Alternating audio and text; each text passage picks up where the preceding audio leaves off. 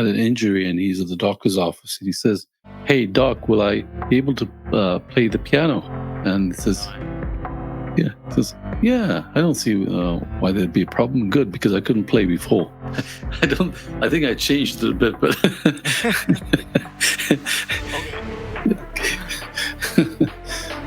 the whole point is like the doctor thought it's like an injury that would stop him from playing, but he never played in his life.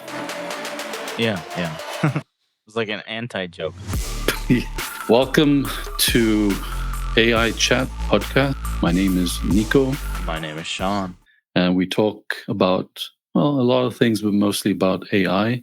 By the way, I just got my AI certification from Berkeley University, so that was pretty wild. And about to release our AI assistant experts. And there's a trending phrase nowadays called agents, AI agents. So the future is basically you'll have a multitude of agents fulfilling different requirements.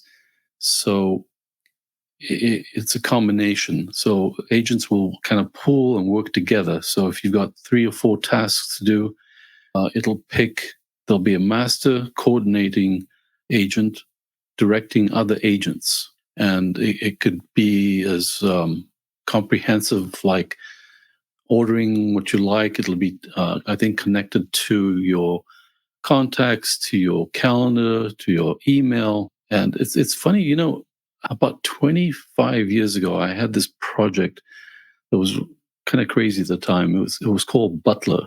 And I still have the sheet of paper I drew it out on.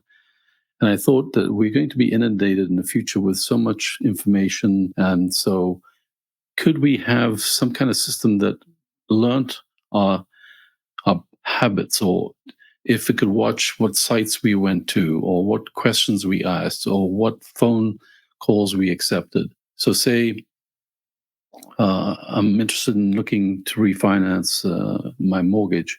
Could Butler then identify an incoming call and say, "Oh, here's this mortgage company that does refi"? So the whole point of it is to learn what the things you like, don't like, and be a buffer between you and the world, and also be an assistant. And that's why it was called Butler.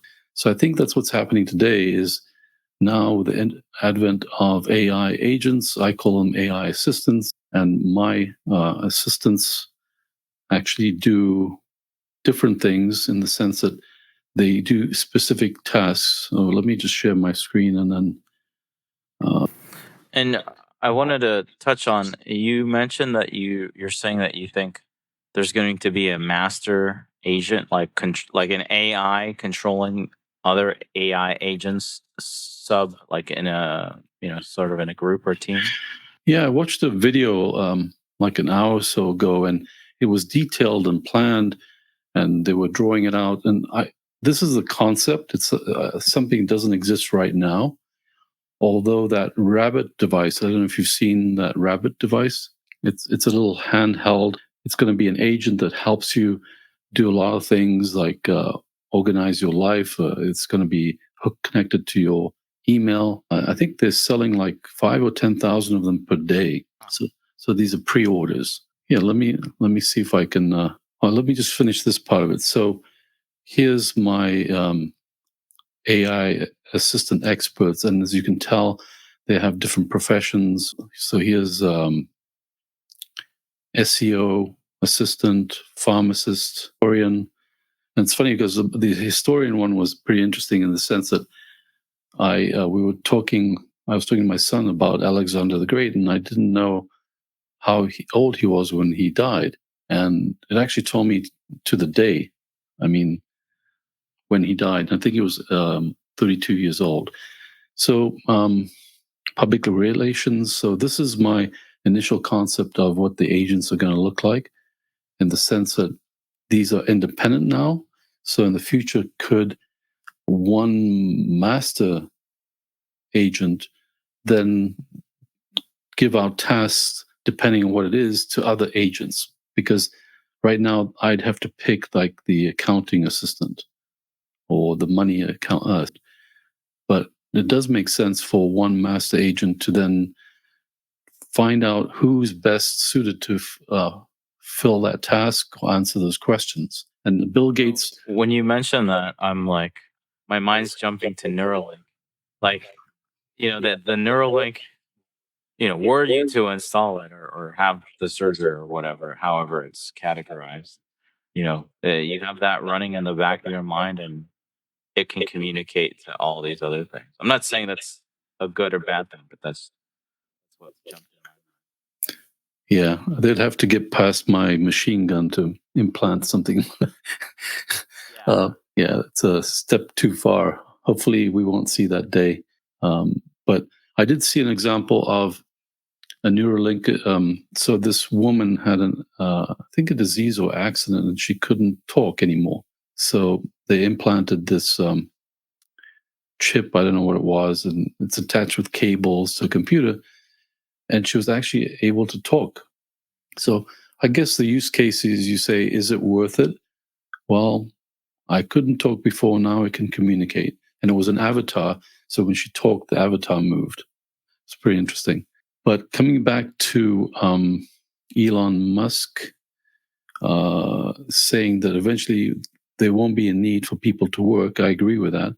So let me find that article I just started reading, because it was kind of... Do you want me to pull up the Rabbit? I have the website open right now. Yeah, okay, why don't you share that? Oh, this is rabbit.tech. Oh, you can't see, but if you search rabbit.tech or https rabbit.tech, this is the product. $199, looks like the fifth batch sold out. So I guess you'll have to see for when the next batch comes in. Okay, pretty nifty little push to talk button. And this guy says that it's a large action. Yeah, it's another acronym.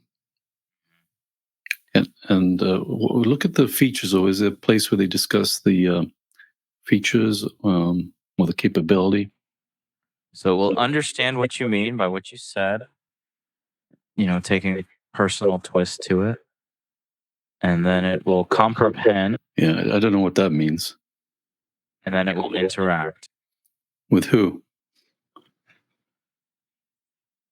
In virtual environments, I guess even websites, booking flight, reservation information, editing images. That sounds like a play on existing tools. I mean, first of all, if you wanted to buy your ticket, you'd have to have your credit card information. You'd have to log into a online, and there's some things I'm thinking about. Do you really want AI to book a ticket for you? I wanted to find prices for me and compare prices and maybe the best flight, but I don't know. Buying a ticket. So based on the description you gave me, it sounds like some theoretical stuff, because interact, what does that mean? Be specific. Interface. So does it give any... That was second. An interface and interaction. They like these three eyes. Is there any detailed description about what the interface is or the interaction? Yeah. If you see, I'm hovering over it, and you can. That's what I was reading from when I was going through these three. Okay, and there's no other description? There's a learn more, but anyway, I think that's a good summary. Average tokens required. Interesting. Okay, so let me share the article from CNBC. Sure. And pull it up. While you do that, I think the secure custodian of your interactions. Again, what do those words mean? I know, custodian. I mean, it's like I was screwing around with my son last night, and I told him I speak Martian, and I started talking to him like gibberish, just pretending, speaking in some obscure language that doesn't exist. And I see these kind of descriptors, and the hype is there, I'm sure, but what does that mean? So go back to it. We envision the world, something a little high. I'm not sure where that was. And I don't know why rabbit was picked, because rabbits are fodder for just about everything, including man. They're in the lowest part of the food chain. I feel I feel sorry for rabbits because just about everything wants to eat a rabbit. Coyote C2 is going to come around and eat up Rabbit R1. So, Yeah, I guess I don't know if they're producing or they're doing the actual production. Is it like a Kickstarter campaign, or is it something that you'll get your wrap? So this website describes recent data shows AI job losses are rising, but the numbers don't tell the full story. So one of the points they're making is that um, more than one third of business leaders say AI replaced workers in 2023. So we don't know the numbers of that, but that's pretty high. Employees say that 29% of their work tasks are replaceable by AI. That's not good. While positions like research and data analysis are in line for AI automation, companies will still need someone to prompt the AI, making sense of the results and take actions. So a lady who's got her 18-year-old is graduating from high school, and she wants to she's going to college, and she says she wants to be a researcher. And I said, I wouldn't go into that line of work. So in 4 years, she's going to get a degree in research. Not a good idea. so what does that even mean? Like, you learn how to read and write stuff down? Yeah, it's kind of like I talked to a person last week, and they're a legal nurse. I didn't even know that profession existed. And what she does is she reads reports and documents, so 4 6 hours, and then she has to determine if there's any legal action that can be taken. Those documents, and I'll put them up to an AI tool and start prompting it. You could save you a lot of time. So yeah, researching is, I think, a dying profession, but they stated that someone would have to ask the right questions. But that's not true. I mean, the research is initiated by someone to find out about an issue, and they'll give the task to a researcher. But if the original question comes from the person that's asking it, then AI can respond to that. So Elon Musk insists artificial intelligence will get humans to a point where no jobs is needed. No job is needed. That's an interesting statement, and I agree with it, because I think what will happen as people lose jobs, and say factories like auto companies are using robots now to build the cars. What if harvesting or the majority of labor jobs are replaced by robots and AI? Then you won't have jobs. There'll be no point in humans engaging in a job. And that kind of takes me back to ancient Greece, where people said, well, what happened in ancient Greece, 500 BC, where they were discussing philosophy and the sciences and mathematics, and just maybe 1,000 miles north in Germany, man was living in a cave, and he'll have a big club, and he'd club his wife on the head and go out and get some food and grunt as he was leaving. So in the same time, you had an advanced civilization, and that included like Egypt and Asia. And the reason that I did some research and found out that because Greece was in the middle of the trading paths from Asia to Europe and Africa, that there was a lot of trade that went through Greece. So people were making a lot of money, and they had the time to sit down and read and have discussions. While back then, the average human had to spend most of his day foraging for berries and fruit and meat. So it's like animals. Sometimes you see them, like deer will sit there for practically the whole day looking for food and chewing on grass or something. So the analogy is that basically when you'll have free time because all your needs are being met because you make so much money. I think that'll eventually exist in the States or in the world, and where there'll be a universal income. Like when COVID hit and they shut down all the businesses, the government had to give people money because they're the ones that shut down the businesses. So kind of a similar situation. But going on with this report, 37% say the technology replaced workers in 2023. So layoffs are resuming, and also layoffs in the technical industry, because now companies are finding out that they don't really need all those many programmers. AI can create programs. And that was my turning point in 2022 in December. I'd made a statement 7 years prior to that saying that if I could tell AI to write a program for me and I specified what it should do and what type of language to use, and it could actually create that program and I can just copy and paste and run it, we would have reached the day when things are going to change dramatically. And I think people who do programming are going to be forced out of the labor pool. So, but one of the other factors they discuss here is that the higher cost of money. So we went from a period of zero interest rates where money was free to these corporations, and now it's costing them money, like 5.5%. That they've decided to, well, they've found out that they have to become profitable and they have to cut costs. So, And corporate loans, they work differently than, say, like a consumer loan. well, they have, yeah, because they have resources to other lenders and banks, and you're treated differently.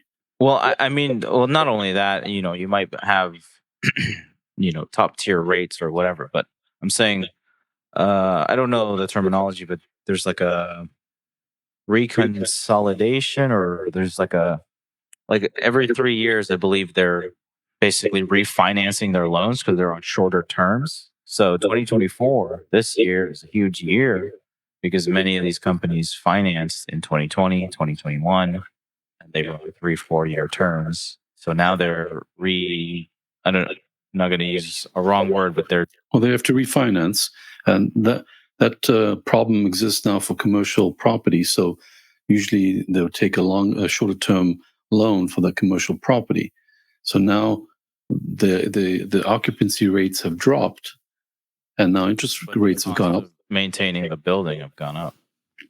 Yeah, and so they're going to be there's going to be problems, I think, with commercial real estate. So let's see. For professionals seeking to avoid redundancy in an AI fueled work environment, there are steps to take. Well, yeah, you better get yourself in tune with AI tools. So you have to develop new skill sets. Oh, here it is. While positions like research and data analysis are in line for AI,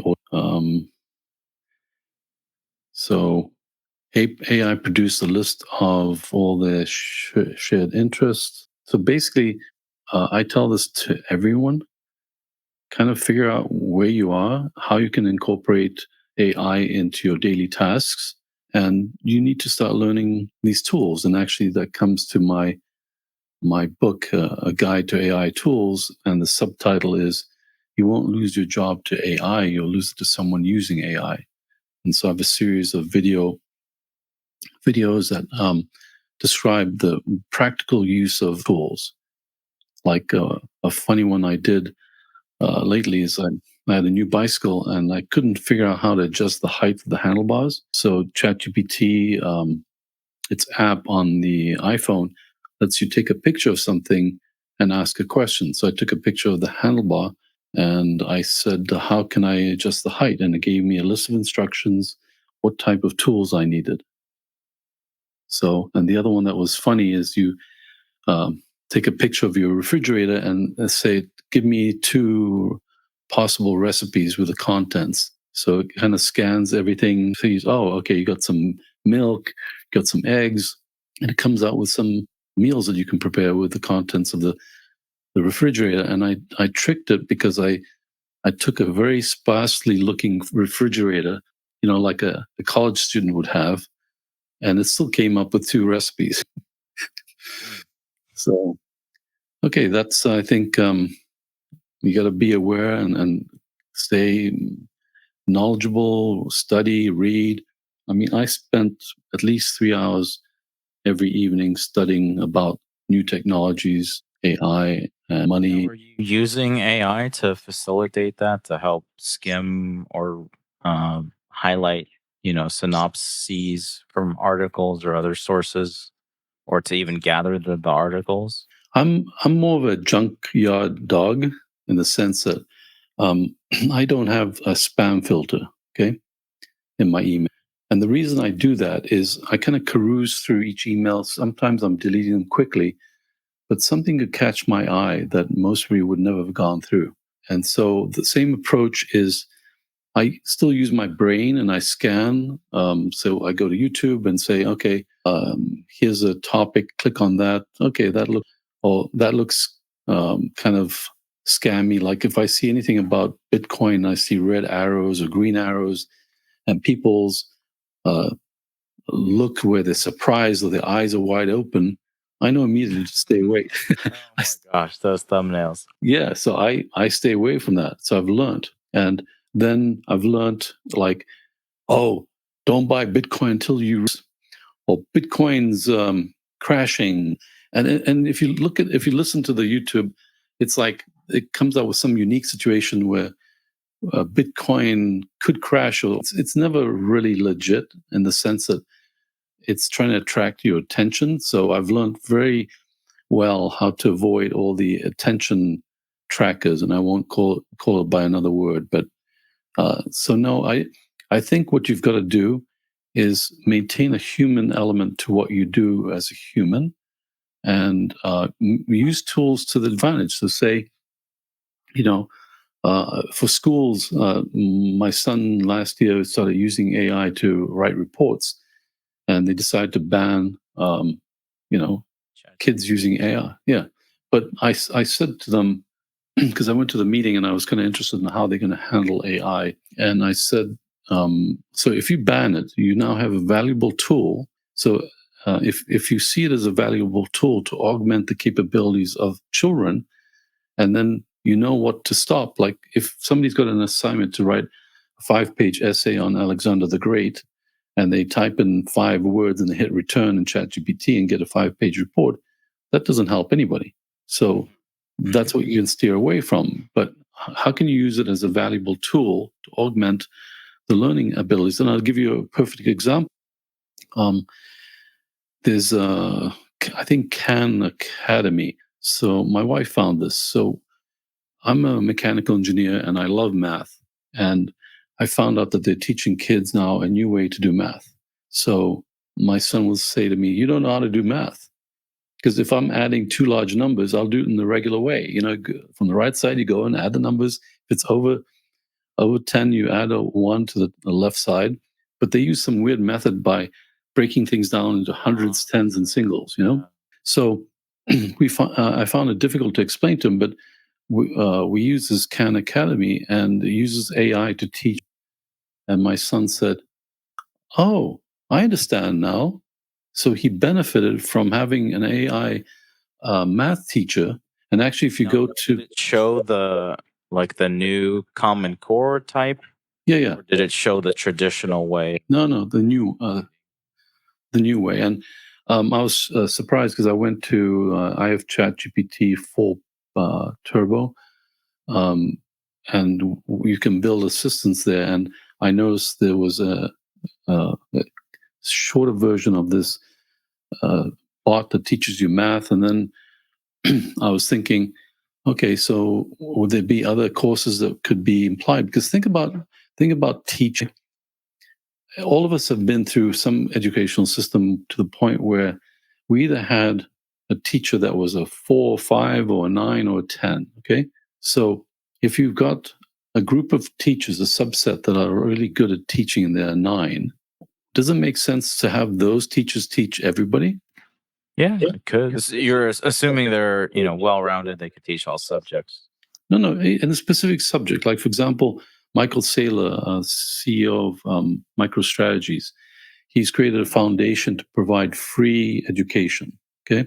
And his concept is I want to provide the best quality of education in each subject matter for anybody in the world to be able to take. So I think that's a great idea. And then we have to think about the educational systems. My son's 12. Do I want him to go to college in 6 years and spend 4 years doing what? He's parked his life until 12th grade, because basically going to school in the States, I don't know what happens other countries. Well, I do know, but basically it's like parking a child. What do they need all those years to learn? Is it social etiquette, like interactions with bullies or fellow classmates, or is it? Even that's been trimmed down because it's like, what percentage now are online or e-educate? Yeah, and during The few years. yeah, and actually, he's gone back to like a quasi system where he goes to class 3 days a week, and then another 2 it's online. But what I'm saying about the universities and the colleges, will they exist 10 years from now or 6 years from now in the same? And they don't teach like life foundational like principles. Like economics? Mix how to be financially savvy and set yourself up for success in retirement. You know how to navigate life, learning about percentages, interest rates, credit, building up your credit. No, but the system we have in this country doesn't want to teach you those things. It's not to their advantage. That's why they don't teach you anybody about economics. There's no economics taught in any grade level. Maybe when they go to college. And by the way, the word economia, it's a Greek word. And do you know what the meaning of the word is? Please tell us. It means keeping your house in order. That's a good summarizing statement. Is you are not taught in school how to keep your house in order. Buy now, pay later. Spend more than you make. Get a job that you hate. Are the blocks counting? Is that going to help you with that kind of math? Spending more than you make.